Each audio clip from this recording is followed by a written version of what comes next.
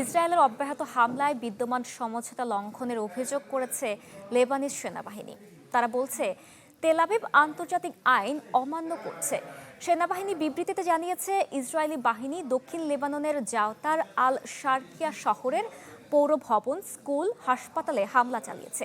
এসব হামলার ফলে স্থানীয় বাসিন্দারা নিজেদের বাড়িতে ফিরতে পারছে না। নগদ নিয়ে এলো হার না মানা হার অফার। সর্বনিম্ন 10,000 টাকা রেমিটেন্স নগদে পাঠালে থাকছে স্বর্ণের হার জেতার সুযোগ। গেল ২৬ জুন ওয়াশিংটন ডিসিতে লেবানন, ইসরায়েল ও যুক্তরাষ্ট্রের মধ্যে একটি কাঠামোগত সমঝোতা হয়।